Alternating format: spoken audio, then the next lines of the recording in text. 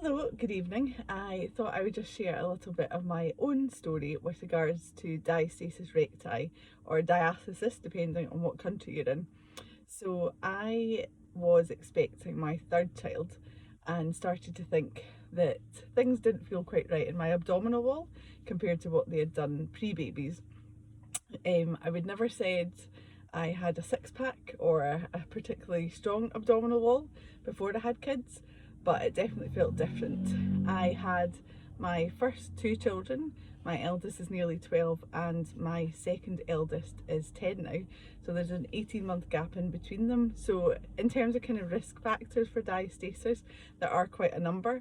So one of them is a kind of small gap between children. So 18 months is a relatively small gap, obviously in comparison to 3 years, 5 years, 10 years example. So I hadn't had maybe quite as long in between to kind of for my body to recover. And my first baby was £9 and my second baby was £9.7. So I'm kind of average height at 5'5", and my husband is really tall at 6'4", very, very, very tall. So there is a Canadian physio, and she came actually over to Glasgow a wee while ago and did a course, and she was saying it's these wee lassies and these tall laddies and it's their fault. So yeah, it's kind of I've had very long big babies and that was just the start of it.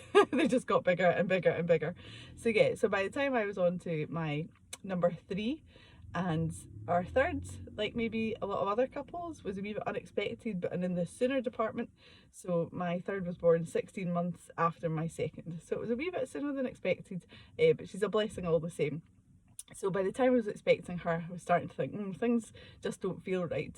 I was in a different type of physiotherapy at the time, and to be honest, in the UK and in Scotland where I live, there's not that much awareness of diastasis. I don't think we covered it in undergraduate course, and certainly when it comes to pelvic health physiotherapy or women's health physiotherapy, there tends to be more of a focus on the pelvic floor when it comes to training and kind of postgraduate courses that we would do as pelvic health or women's health physios.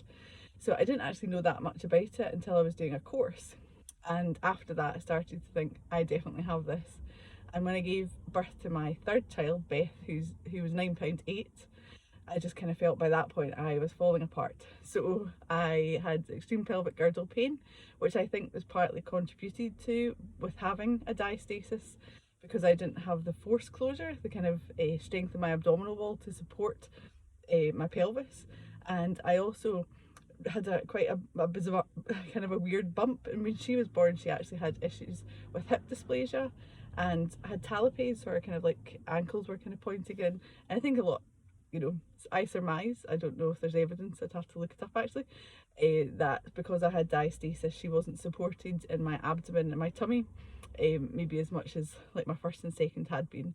So yeah, so I was after I gave birth to her, I checked my tummy and I could fit 4 fingers in, and it was really deep. So when it comes to assessing diastasis, we look more nowadays about tension, so whether it's deep, so the kind of fingers go right kind of like really spongy and go really deep into the abdominal wall, or whether there's like a medium tension, or what we want is a kind of shallower tension. So when we're checking that there's not that kind of like whoa with the fingers disappearing.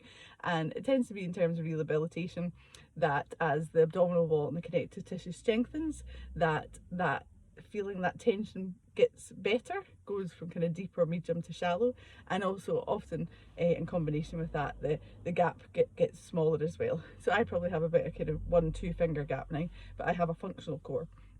So Ben, my fourth child, when he was born, I pretty much knew going into my last pregnancy that I would have some degree of diastasis during my pregnancy. So during my pregnancy I was much more proactive when I was expecting him and did pregnancy Pilates. I wore a splint during pregnancy and a tubie grip just to give extra support, and I was kind of just very mindful of my posture, kind of always rolling onto the side. And as soon as I gave birth, I was straight onto my exercises to rehabilitate my abdomen. And when I gave birth to him, he was a whopping £10.12 and born at home after a very long labour. And I was straight into my tubie grip again and using various different abdominal supports and garments, basically kind of like EVB wear, to support my abdomen as I rehabilitated it. And it did take quite a long time because I was also running after 3 kids under 6 and a new baby, so it was pretty busy.